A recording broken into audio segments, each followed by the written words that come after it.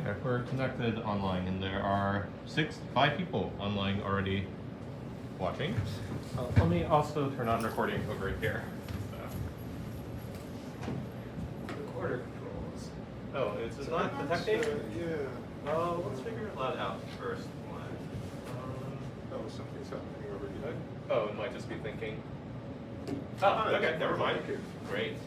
Let's see, let's do picture in picture, lower of left, right.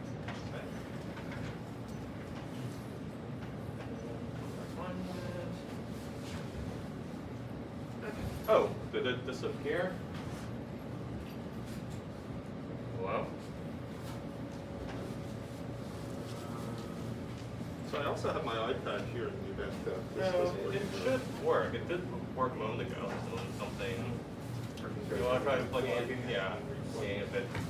Sometimes the auto detection is a little bit awkward.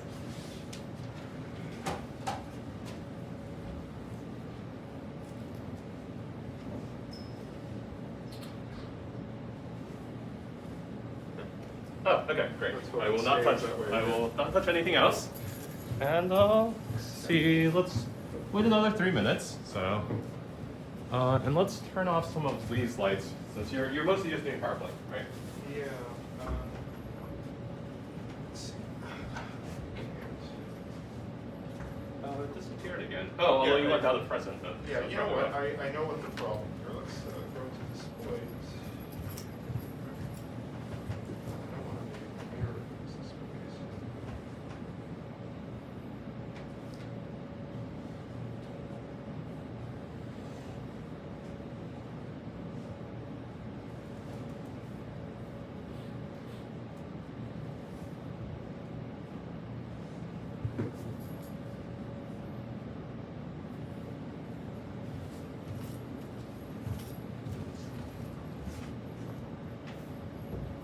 Is this the resolution issue or?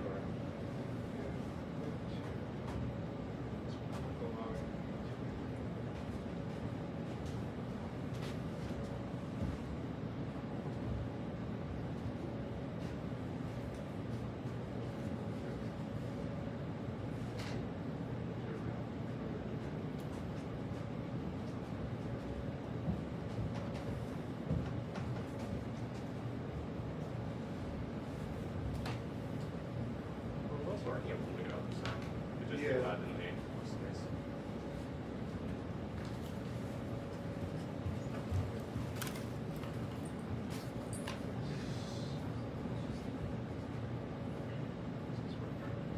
Give a moment to think.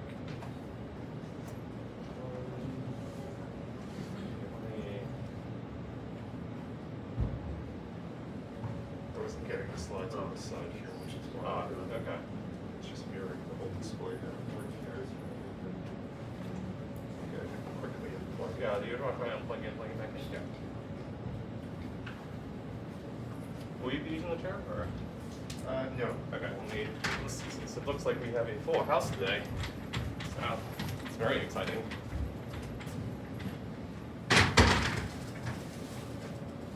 Oh, okay, great. Does that work out? Yeah. And how are we doing on time? Oh, perfect timing. Except it just disappeared again. Oh, yeah.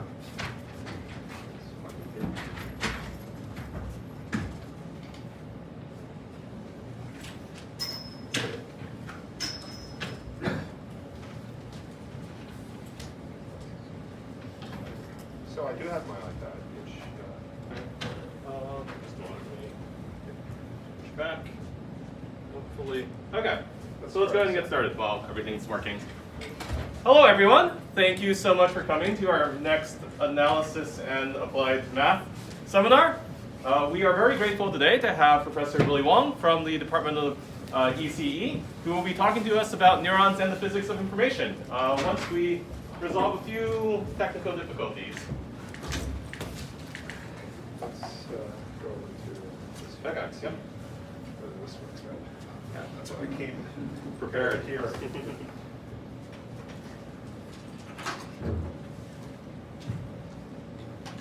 one hasn't had trouble because I've been teaching for all the time. Mm-hmm.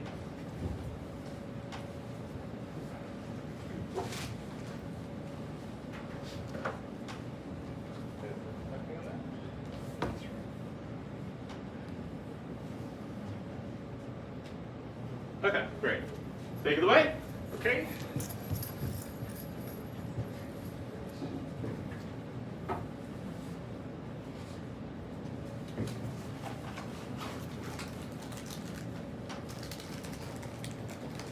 Okay, thank you very much for coming today. It's a real pleasure here, and I just wanted to thank the people who invited me over here. Mary, who is joining us online, Mary Pugh, Professor Mary Pugh, and also William and Carell, who were very nice to be able to host me today. So, as was indicated, I am a professor at the Electrical and Computer Engineering. Are you guys comfortable at the back there? Like, is there any way that we could, don't feel free to sit down as well too. There's not a big deal here. We okay? Does it keep? It keeps going off. Unfortunately, I'm not entirely sure what's going on with this. So it is detecting it. I tried using a different dongle. I teach with all the time. Never seen a problem.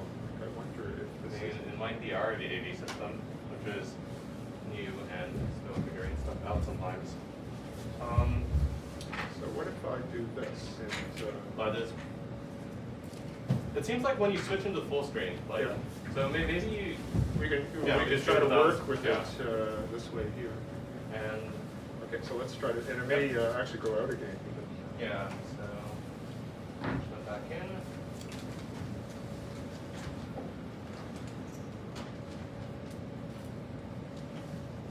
Okay, so well, it's working while you're in this mode. So Yeah, let's try. I have some animations here. It may be difficult to show this to you. It's going out here as well too. So another thing is I could just project it off my laptop as well too. It's pretty small.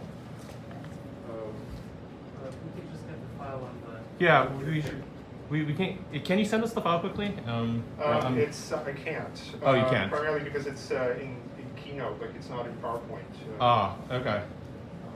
Let's see. Hold on a second. One final thing here. Does it detect? What about this present using wireless feature? Has anyone ever tried using that? I don't think anyone has ever actually tried using that outside of the tests that people were doing. Right. So it may well work, but I wouldn't know how to do it.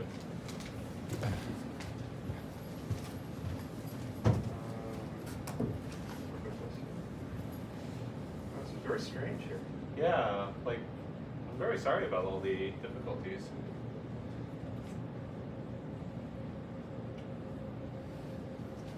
There's no other way to get to. So there is also a USB, which you can in theory do. Yeah, it's connecting. Oh, are you restarting? Trying to do something funny Yeah. here, but. So it thinks it's sending. So it is sending while you're in this mode. I just like don't know what. It stops, I think, after a while. See, it's just a few seconds. And we'll try it. Is there another HDMI port? No, there's only one HDMI port, but oh wait, it auto detected in that time.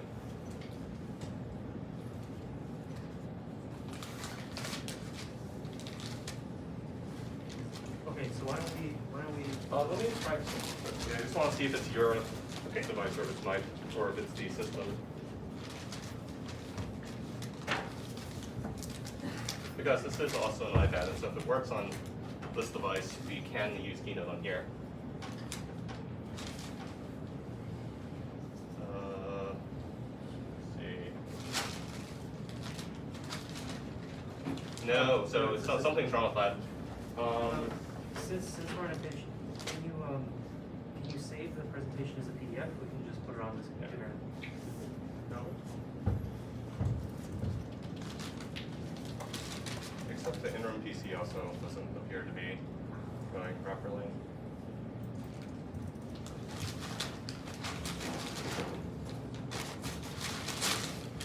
Wait, the other possibility is just to project it off my. Yeah. Do you want to start your talk that way, and then I will try to figure this stuff out? Did you figure it out? No, we haven't. Well, the problem is this is in Keynote. So, I don't know how to work that. Like I was trying to, but. get that to work.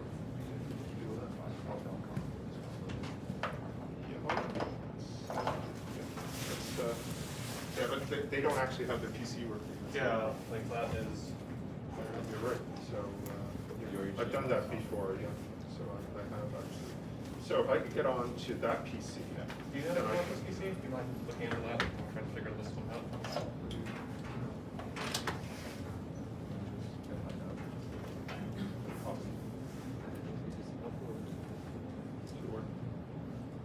It is on my phone. Oh,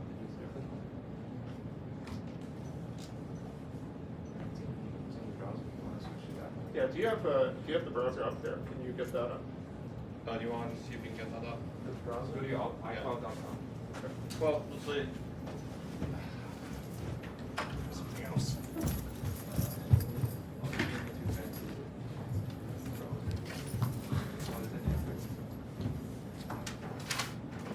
Real life problems never requires any mathematics or theory. It's just a lot of practice in engineering. So.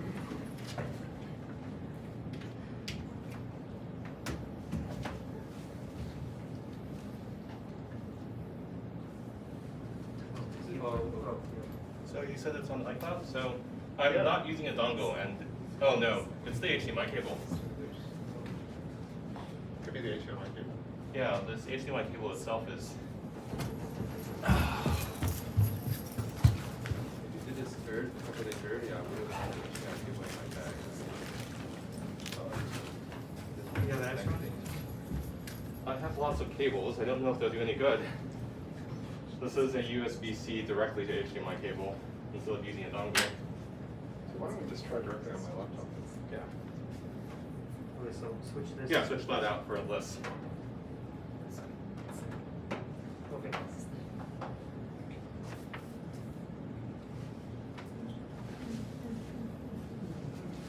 So fingers crossed. Oh, great. It's Okay, so it's the HDMI cable that's been broken all this time. Okay, well, apologies for the time. Go right ahead. We'll figure it out as we go. And sorry.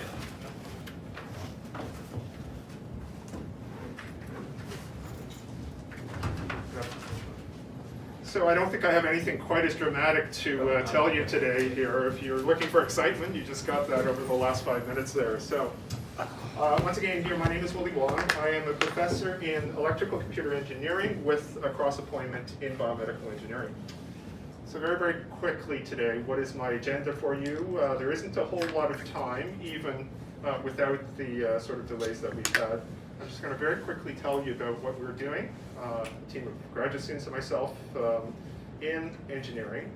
And I'll talk about the main topic, which is about applications of models and theories in neural systems. Finally, I'll tell you a little bit about what I do, okay, and some of the current work that I'm currently interested in. So, I teach in electrical engineering and biomedical engineering.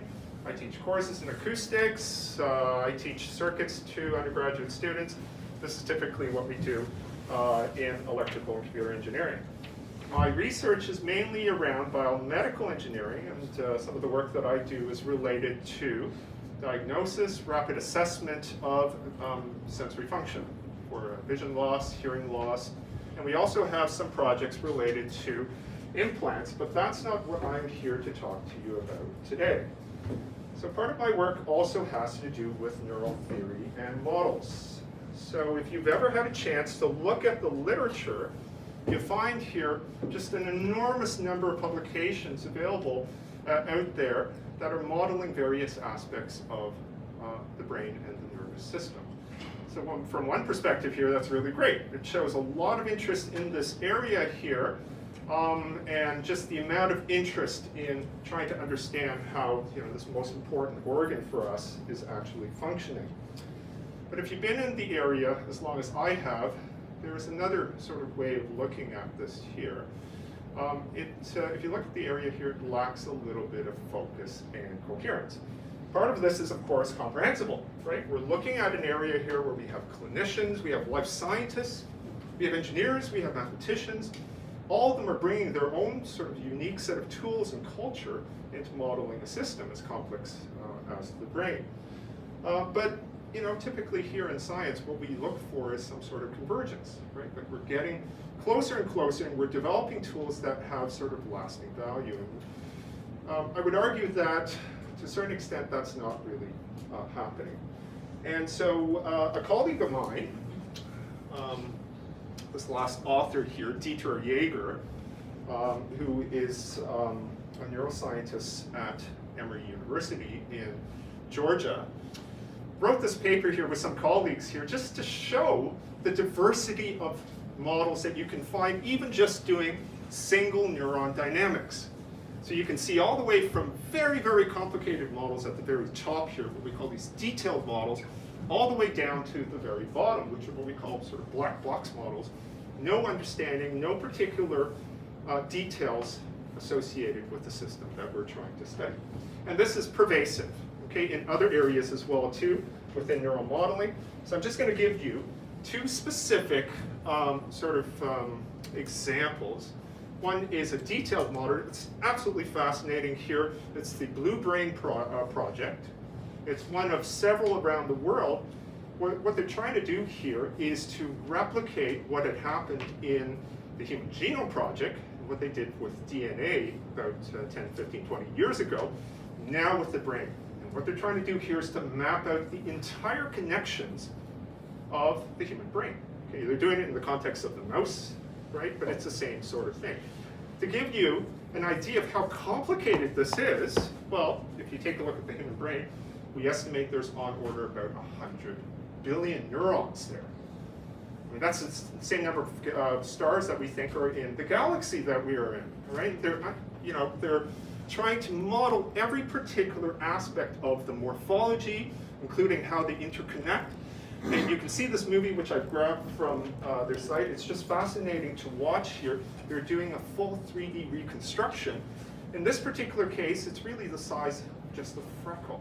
And what they're showing here is only 10% of the units that they're actually modeling. So this is an enormous, enormous undertaking that they're doing. So that's one example here.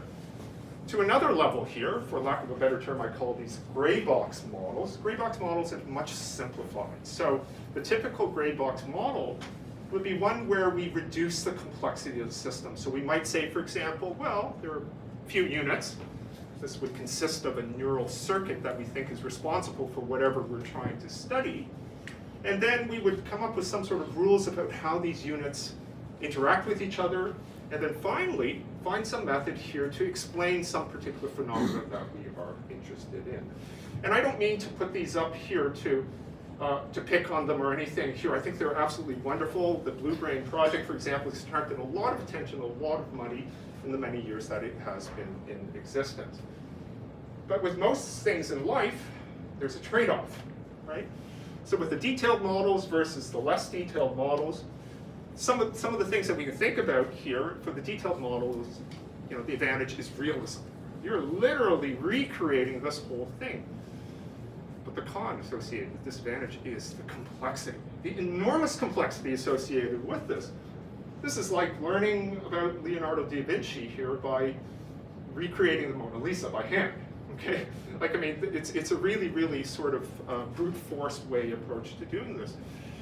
I have done some detailed modeling myself, nowhere near this sort of complexity here. And just to show to you, I do it in the visual system here, which is not even 1%. I would say maybe like 0.01%. And the number of equations that I need to solve are on the order of thousands of coupled differential equations. And so you've got enormous complexity associated with it. But not only that here, and I can tell you from personal experience, one thing they don't tell you about these models is whether we actually have a clear understanding of what's going on. The reason being here is that we are combining models of vast, vast different scales. So, if you think of a brain, that's on order of centimeters. We're going all the way down to a single neuron level, which is on the order of micrometers. And so that's 10 to the minus 6. And then even actually beyond that, because they divide this up into hundreds of pieces, each of which here have different ion channels. They're having them all interrelated and interdependent here. So the validity of the model depends on the correctness of each particular individual component. And if some of them are not working, you're going to put together something that's not really going to be functioning at the whole level.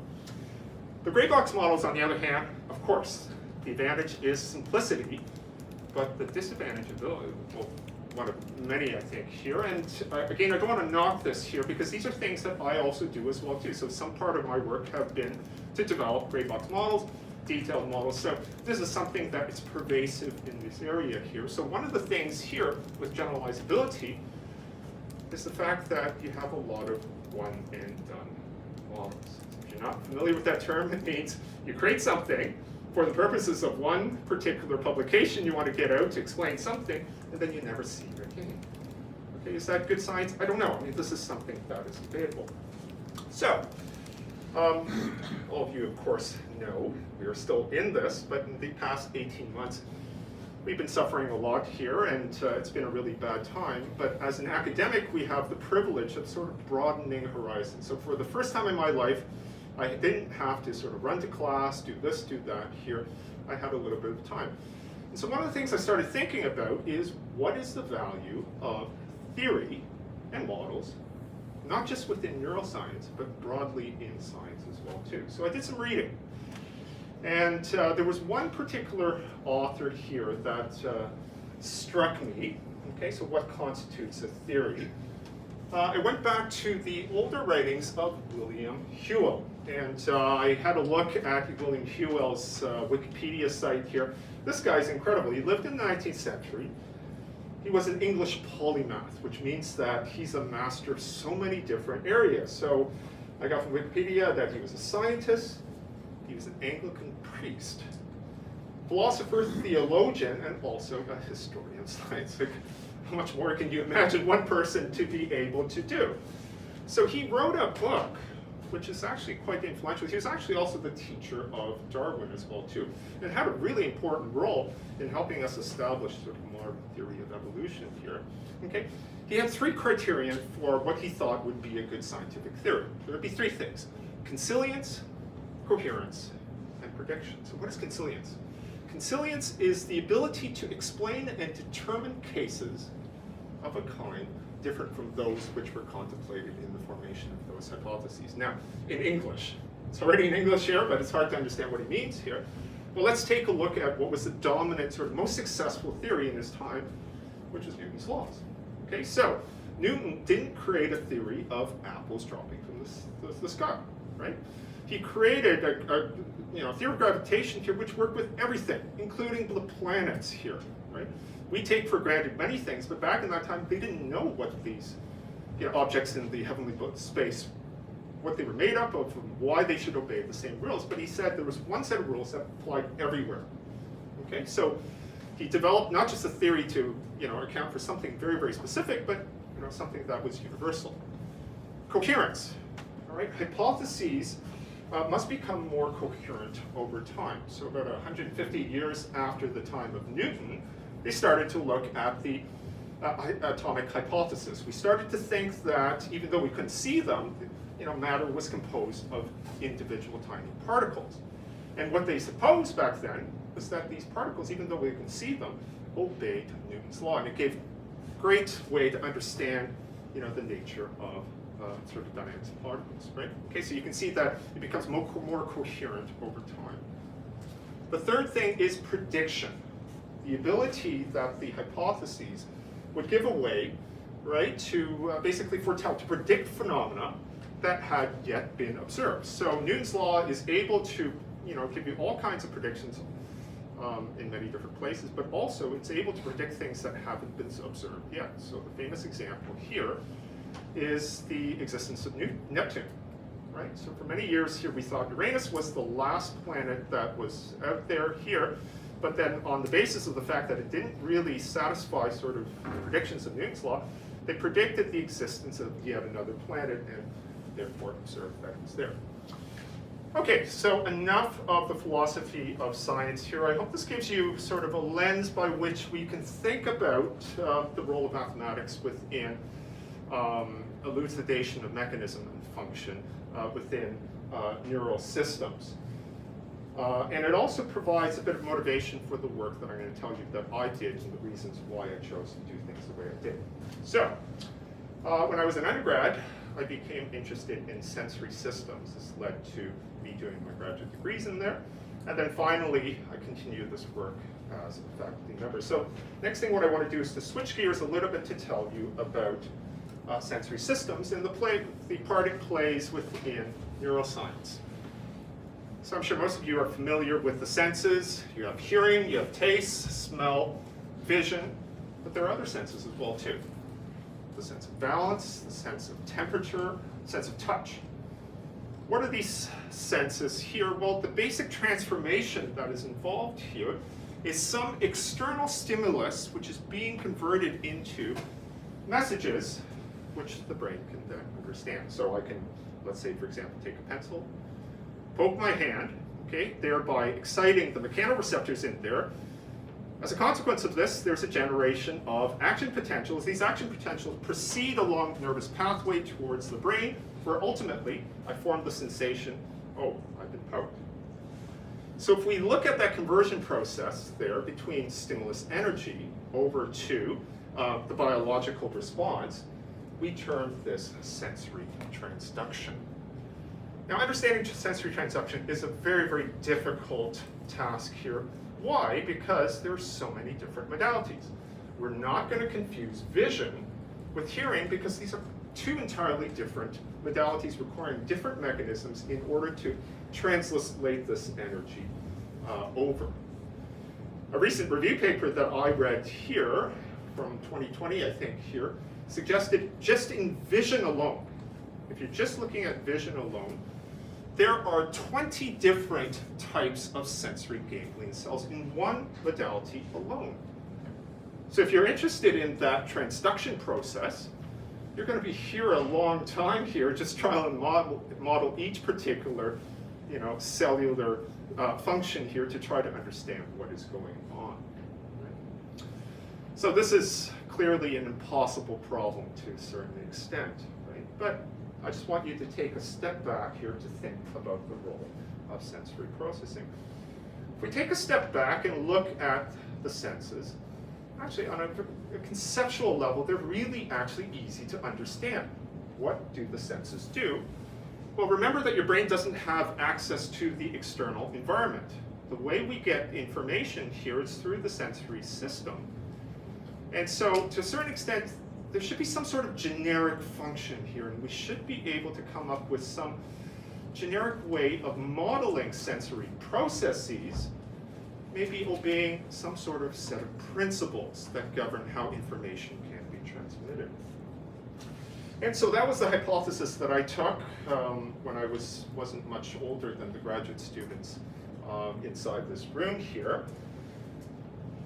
So my sort of overarching philosophy here was to look at sensory system as an information processing and transmission system.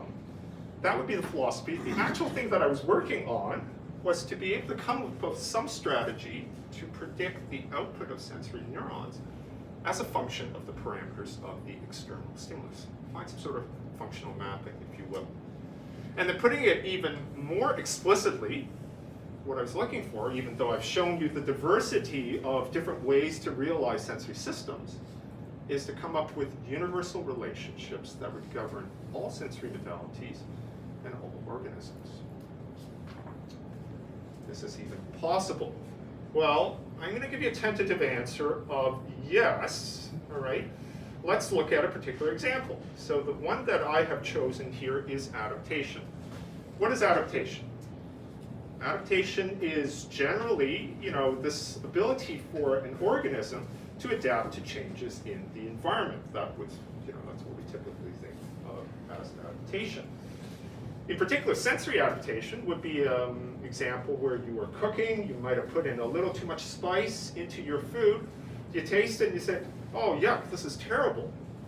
But as we've always experienced here is that as you start eating it, eventually you adapt to it. You get used to it. You don't even notice it after a period of time.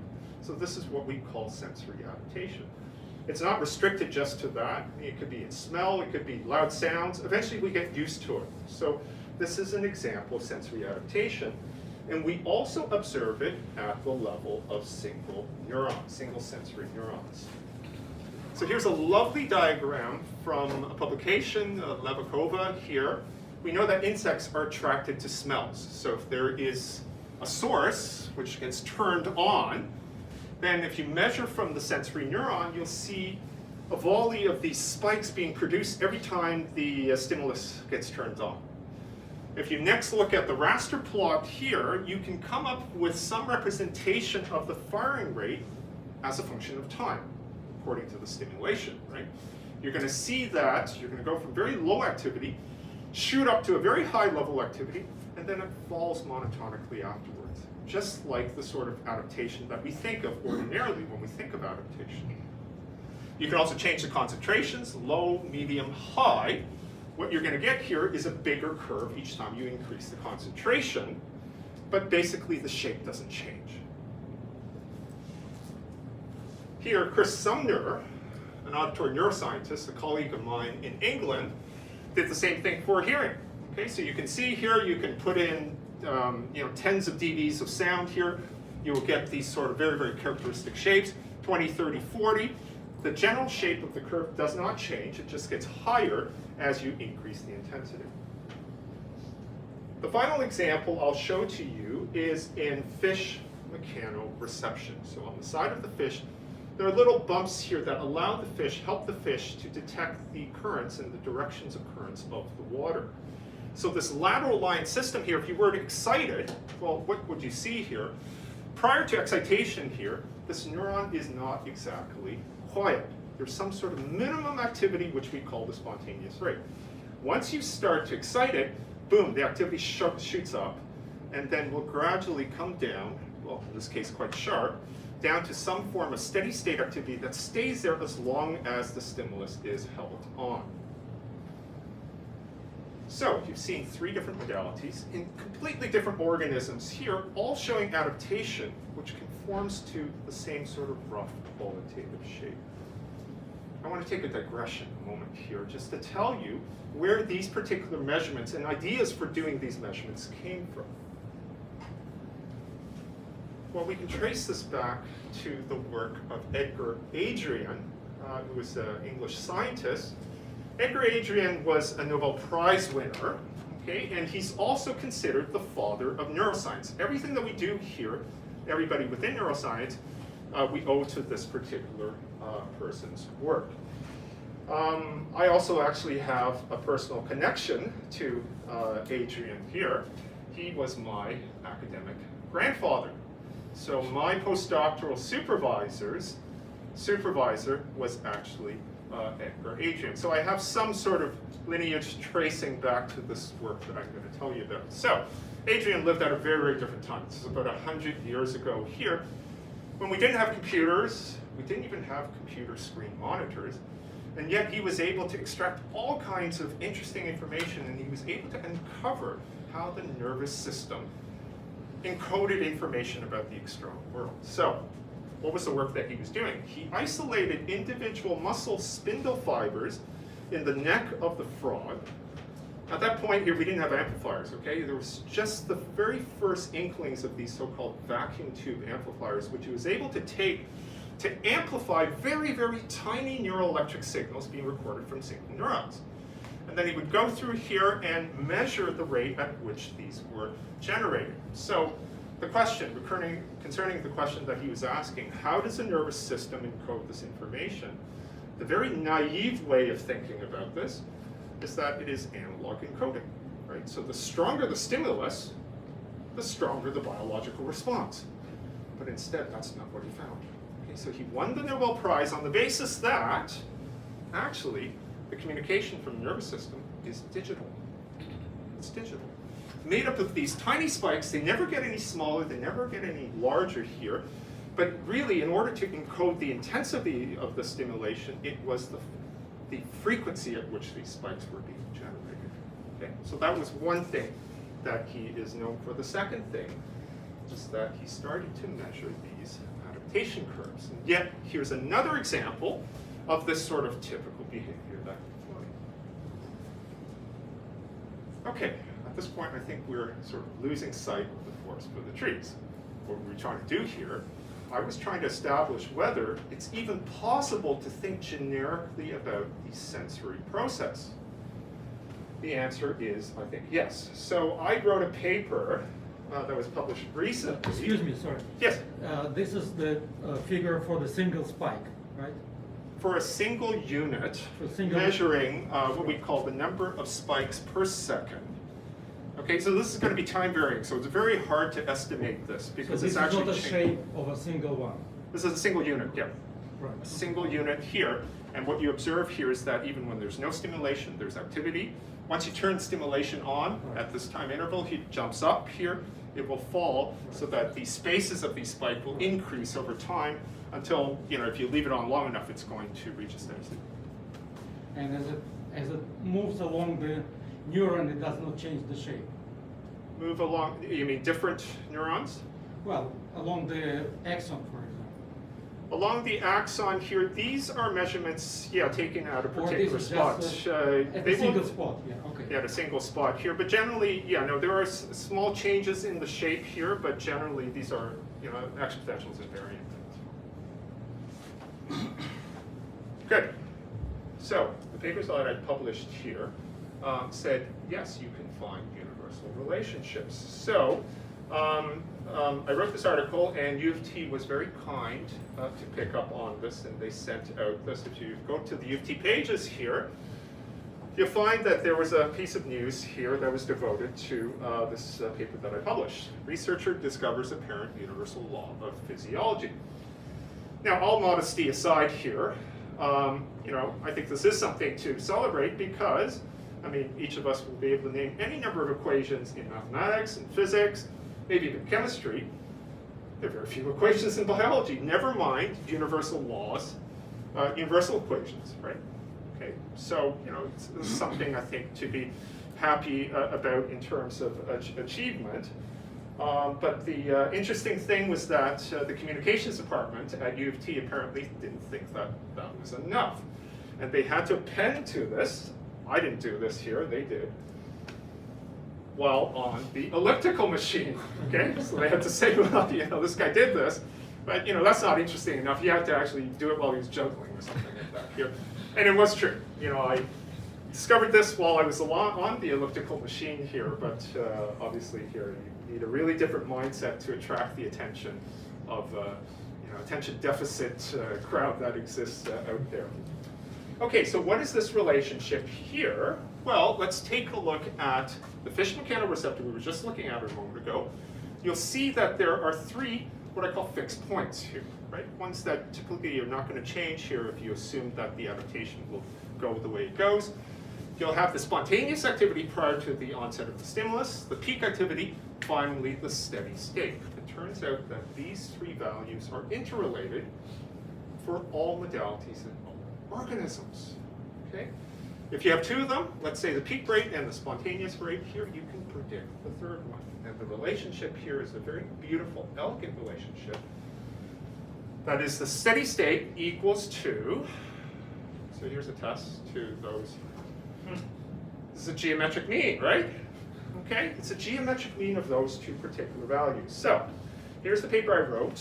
We can very quickly go through the abstract together. Measurements of peripheral adaptation were compared to a simple mathematical relationship involving the spontaneous, peak, and steady rates.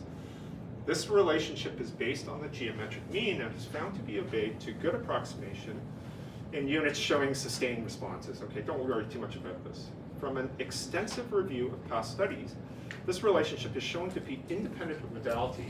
It doesn't matter what modality you look at, and is satisfied in a wide range of animal species. The consilience of evidence from nearly 100 years of measurements, beginning from the time of Edgar Adrian, suggests that this is a fundamental law of neurophysiology. So, I will very quickly summarize this paper in a number of points.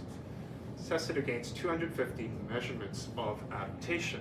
It was obeyed in a big range of modalities, including ones that you know, but others that you may not be as familiar with. Proprioception is our ability of the body to know where it is. I can close my eyes, touch my nose. That's the ability that my body knows and understands where it is in relation to the other parts of the body. Temperature and even electroreception. And no, this is not a special ability of Marvel superheroes. This is found in what species? Not in human beings, obviously. Where do we find electroreception? Does anybody know? Birds? Not that I know of. They have ability to sense magnetic fields. Some birds, yeah. Bats? Bats? No, not that I know of. Fish. Sorry, okay. In fish, right? The eel, right? So some of it is used for sort of self-defense, but others is really for communication with other fish, right? So you can see all these modalities here, some of which don't have any relationship whatsoever to each other here. And yet they all seem to obey the same mathematical relationship. So it's from 100 years of data, all the way going back to the time, even you can go back to originally Adrian's measurements. You'd say, well, hey, 1920s, how good are their experiments here? Maybe they're very poor quality. No, you can see the same thing through all of this data.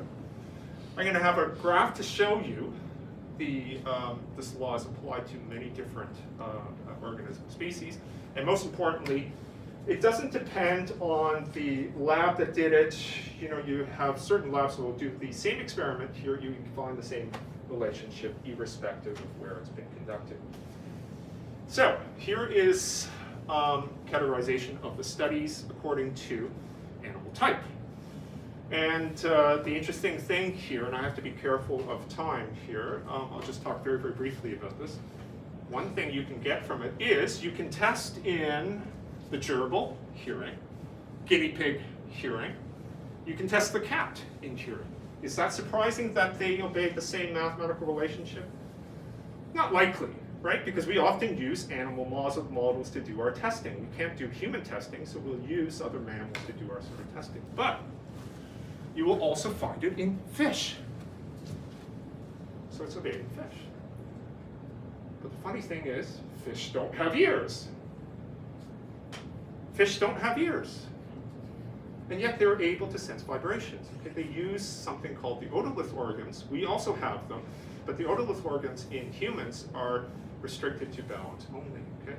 And in fact, fish divide their hearing into different senses, into the otolith and also the side of the body is the lateral line, the mechanoreceptors that I was showing to you there. It divides it across both modalities. In both those cases, you see it satisfies the same law. Right? Other things, you see that it's obeyed also in insects. If you come all the way down to the bottom here, you've got squid, jellyfish, mollusks, and the farthest one down here is a cnidarian. What I'm trying to illustrate here is that these are animals that have come about from very, very different parts of the evolutionary cycle. So mammals here have been around for maybe just a few million years. Human beings, maybe about 2 million years. Here, some mammals a little bit older. So by the time we come down here, it's a very, very different stage. It was 500 million years ago here, when the first jellyfish, like species, cnidarians, actually came out. And so my question here is, if you push down even further, and maybe I shall say one more thing about cnidarians here, is that they don't even have a brain.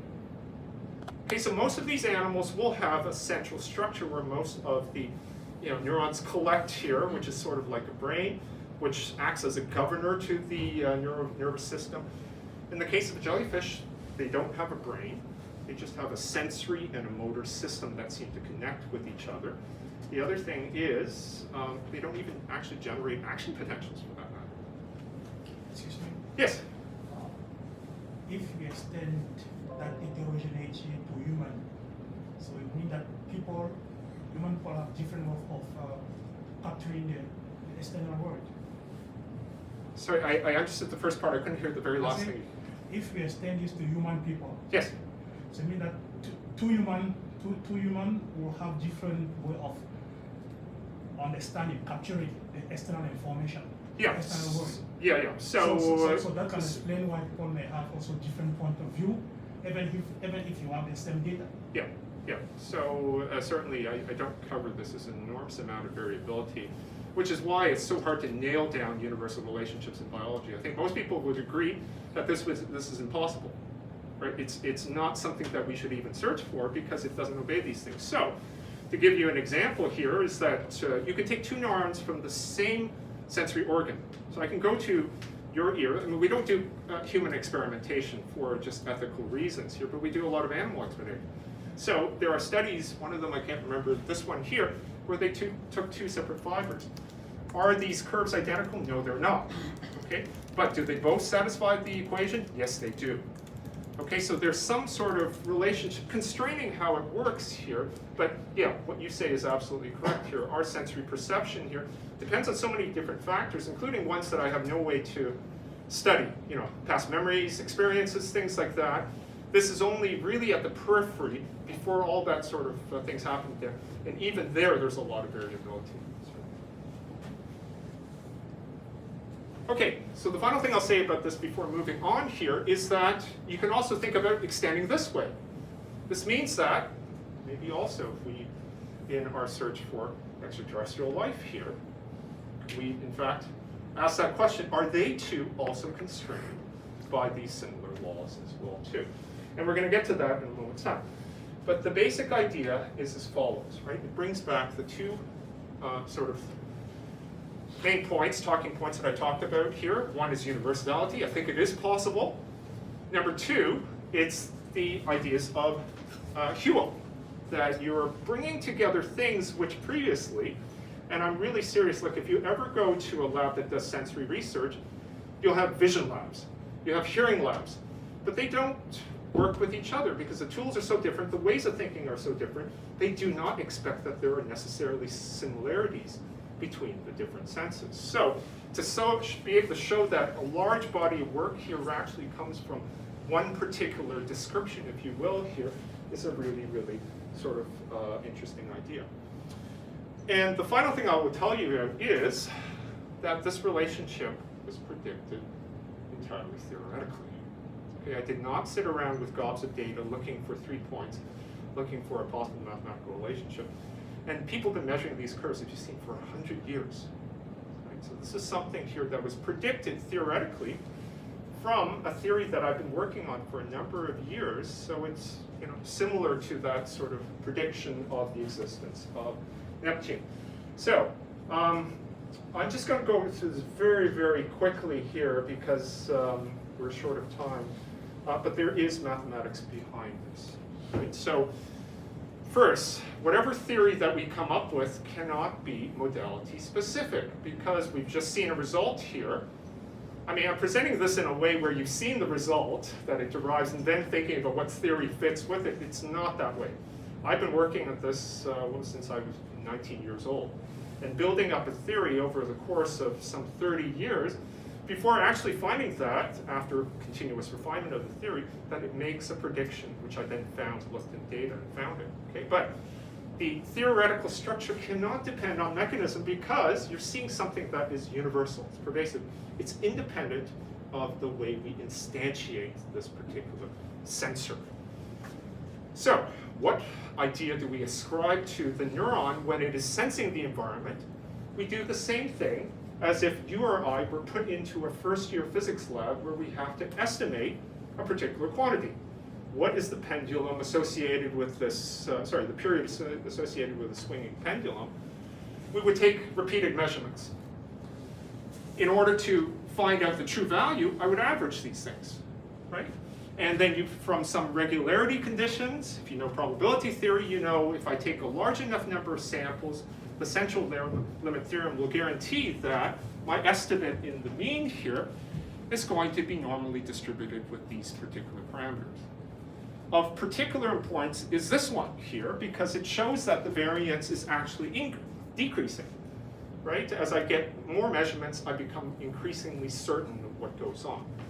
And if you know about information theory, which is a branch of electrical engineering and communications, then you can calculate, using a Shannon uncertainty, the entropy associated with it. So H is entropy. Essentially, it's a logarithmic transform of the variance. Have you noticed thus far, there's no conversation whatsoever about the system we're studying. I don't have time really to go over this. This is the only assumption we make about what system the neuron is sampling. So we assume here that there is some coupling between the second moment and the first moment. So what's the second moment? It's the variance. What's the first moment? It's the intensity of the stimulation.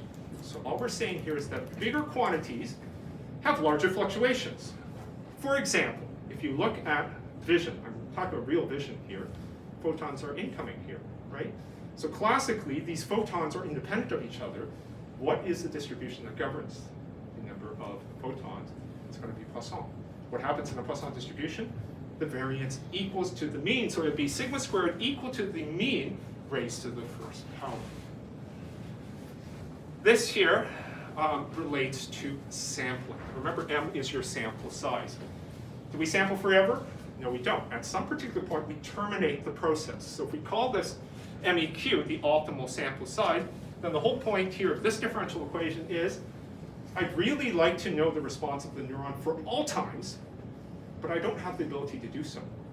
Instead, what I'll do is I'll linearize this. I will look at a first order relaxation process and only study the response when it's close to equilibrium. Okay?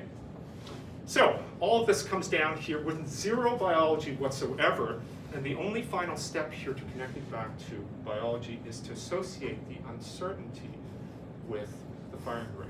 Okay, so when there is uncertainty associated with the signal, there's going to be firing rate happening here. When there's no uncertainty, the firing rate equals to zero. That's the totality of it. Okay, so I'm just going to skip over here. And this particular equation here is what allows us to make a derivation here. So all this here requires a little bit of probability theory, understanding of information theory. But once you get to this level here, it's really a simple solution of a first order differential equation. It's very similar to what we teach our electrical engineering students in first year to solve circuits. So if you know how to solve a circuit with source and a capacitor and a resistor, you can solve these equations. And then just a further flick of the pen, you can derive the geometric mean equation that we have been discussing. Yes? What is the meaning of these? I guess that those are constants, right? C, A, and Yeah, I'm sorry. I usually take a full 6 months or 4 months term to teach this to my graduate students here. Yeah, these are just constants here that come about. So you would take what is called the differential entropy, calculate the mutual information between the signal versus signal plus noise versus noise alone here. And so there's some constants that come about here that I don't really have time to. like a dimensional constants. Yeah, these are, well, we assume they are constants. There are some constants that we don't know. K, for example, there are things that just come up in the derivation that we don't know what to do. Right? The time constant of the relaxation towards equilibrium is something we don't know a priori as well too. These become fitting parameters, right? So yeah, there are a number of fitting parameters here. What is nice about the geometric mean formula is that these all disappear. I've got 3 quantities. I could just take the experiment. It doesn't matter what religion you have. It's that formula there, right? There's no discussion whatsoever. Do I have 2 minutes? Yeah, sure. Does anyone know if anyone is using this for my answer? Yeah, go ahead. Go Okay, for it. so what does this have to do with math here, right? So, I mean, of course, we are using math, but I just want to very quickly talk about what I am interested right now. And this is going to really fly in your face here. If I was already taking it quick for you, it's going to be even worse here. But it's difficult to cram so much into a few minutes of a talk. So what I hope I've shown to you here is this process where we're taking sensory processing, a neuroscience, neuroengineering problem, put it on a firm mathematical foundation according to experimental data, right? Either it works or it doesn't work according to the measurements that people have done. And it's great that we're able to predict new relationships. This is not often done in biology, particularly in biology, and maybe in all of science as well too. But I think one of the reasons why there's such a diversity of different types of models, ideas in neuroscience and neuroengineering is because we don't have any principles. There's a complete lack of principles of knowing what we're allowed to do and what we're not allowed to do. So a real further goal for me right now is to hopefully uncover the principles of neural processing. So we're going to find these principles, which doesn't matter what instantiation we look at, it has to obey these particular principles. So this is the line which is going to cause a lot of problems here. Where can we look for these principles? Well, I suggest we look in a different area. My choice would be thermodynamics.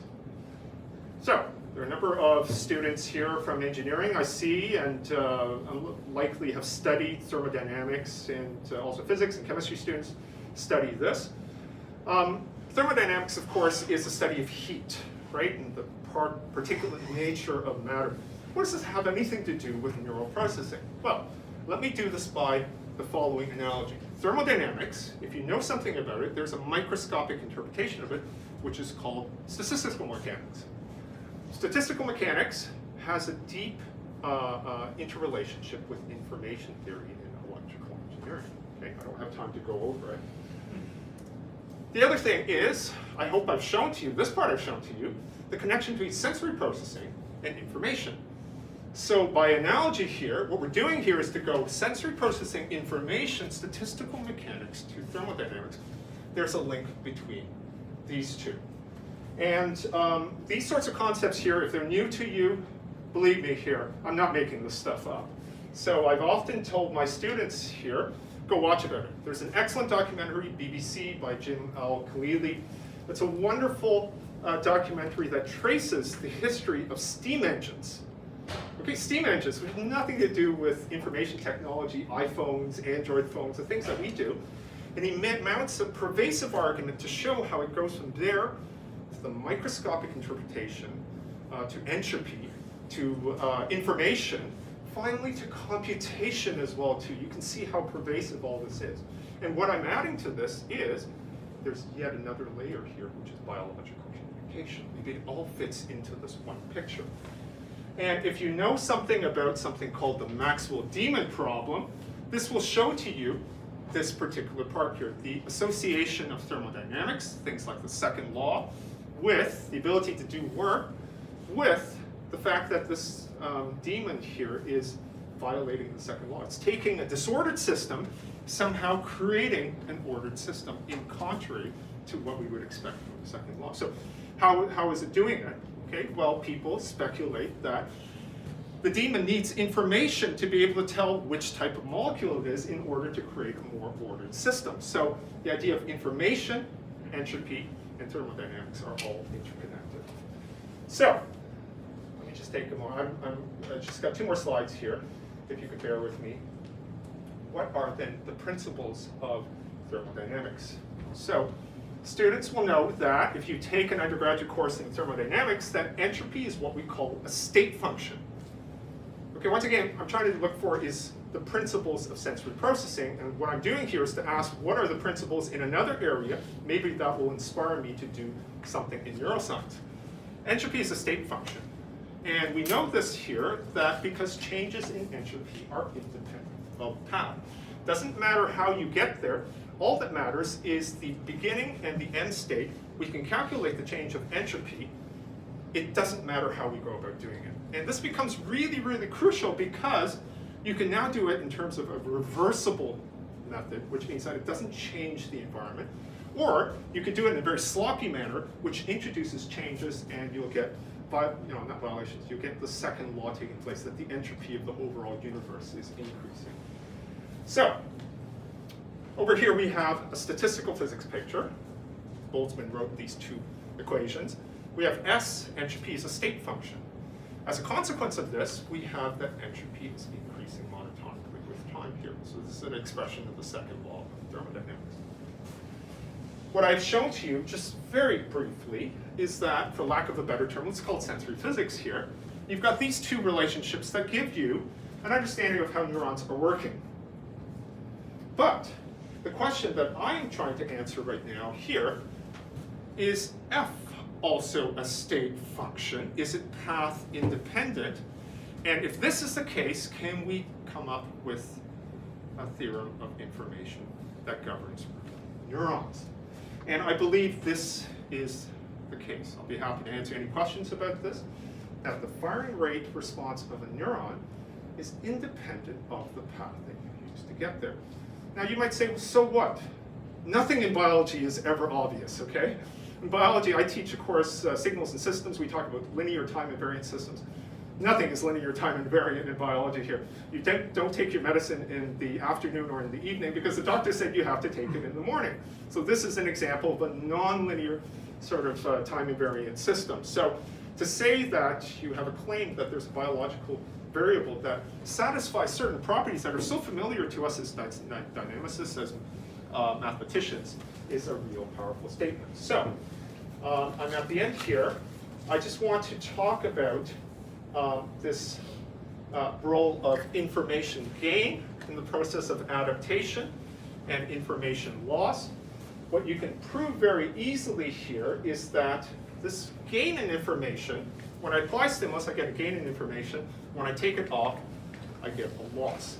And the mathematical relationship between these two here is that the gain is always greater than the loss. And this is interesting here because taking the system, brought it to another state, brought it back to its initial condition, and yet somehow the information associated with it is non-zero. The net information is non-zero.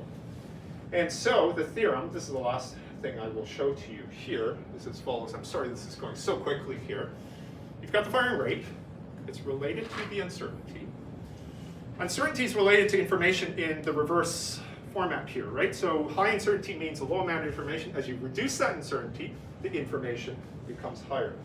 The theorem I've been working on, which is why I contacted Mary over the summer, is the following.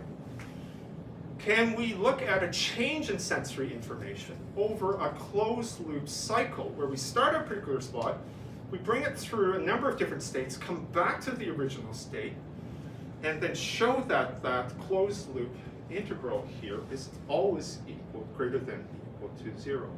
To give this in the plainest terms here, I'll invite you over for dinner. I'll bring you through a number of different courses. You can eat the course if you want, or stop halfway, eat something else along the way here. Along that path here, you're being exposed to sensory stimuli. And then you'll have information gain, information loss along the way. If I do a detailed analysis accounting, by the time you finish the whole cycle of course here, your information here is going to be net non-zero. All right, so that was really heavy here to tell you the connection to math. In conclusion here, there's a lack of principles in neuroscience possibly leads to the proliferation of models and theories. I think universal relationships are possible, and my question to you as a hypothesis is thermodynamics a possible gateway for understanding the role of sensory information. So thank you very much.